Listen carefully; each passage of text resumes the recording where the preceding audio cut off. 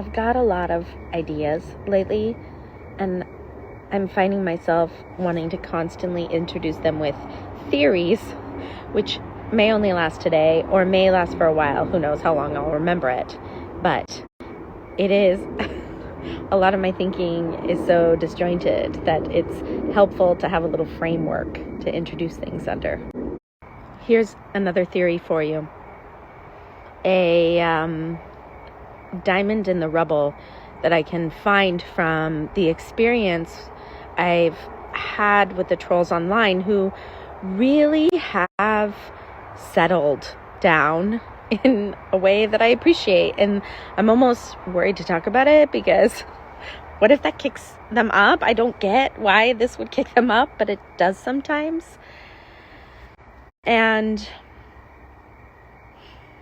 my theory is that they pushed me, that I came from a childhood based in shame. This is what I'm waking up to in much more real time than I did with leaving Mormonism.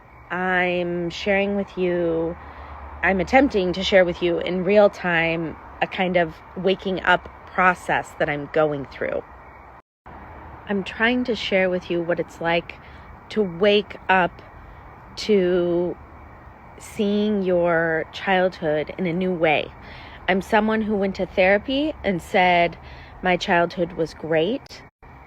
My parents did the best they could. It doesn't maybe feel like I got my needs met, but I mean, right? It just seemed to me like having kids was super hard, and you try and you just kind of accept the job that you did because that's kind of what I've been conditioned to believe. In this kind of family dynamic, the counter conditioning always starts before you arrive at they warm the water up. You never notice that it's boiling hot. You think it's normal because what else are you supposed to think? And you have to figure out a way to cope. And then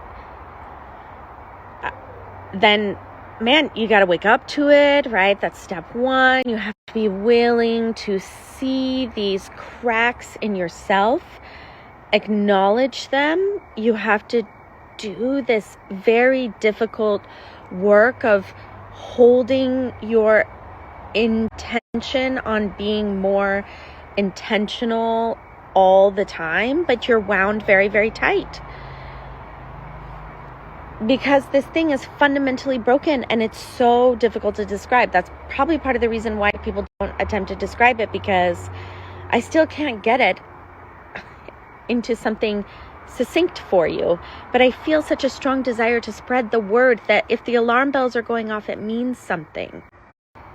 And what you're seeing right now is my best, most honest attempt that I can give you without going over the line of oversharing.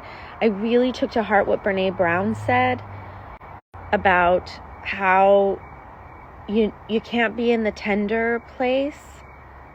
And there are things that are tender and I'm holding on to them still, but I feel firmly rooted in the belief that this is a very harmful thing that I need to root out of my life, and also in the belief that still not enough people are talking about it, and so people don't know. I wonder if the stag is here.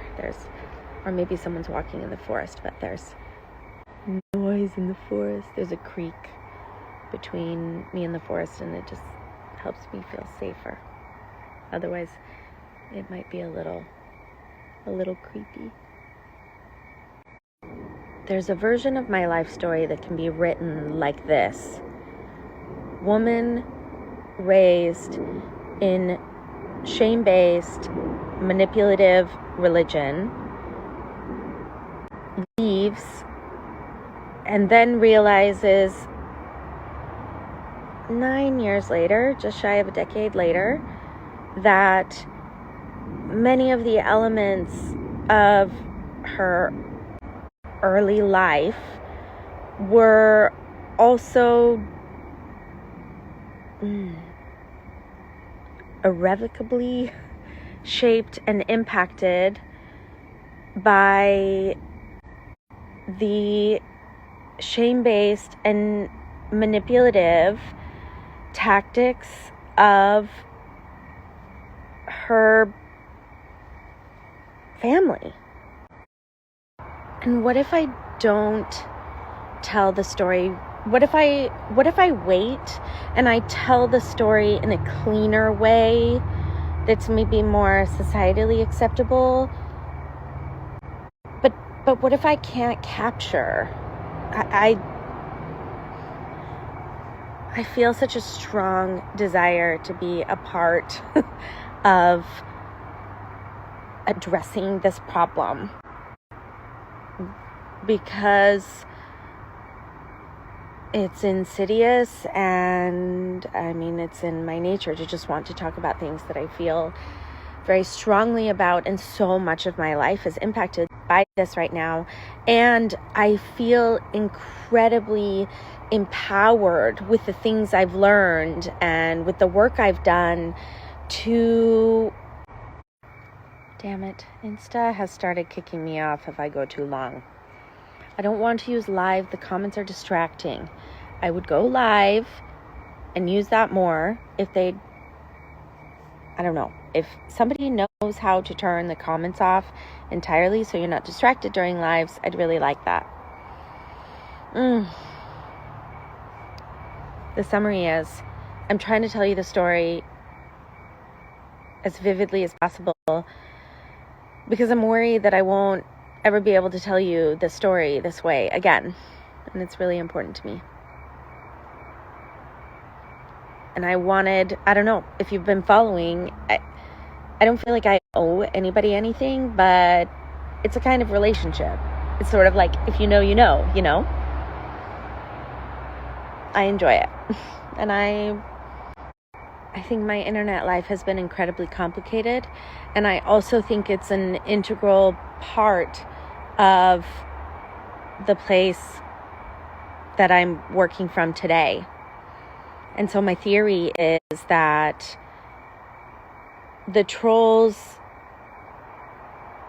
maybe identified or accidentally stumbled on these buttons, on these levers, on these knobs.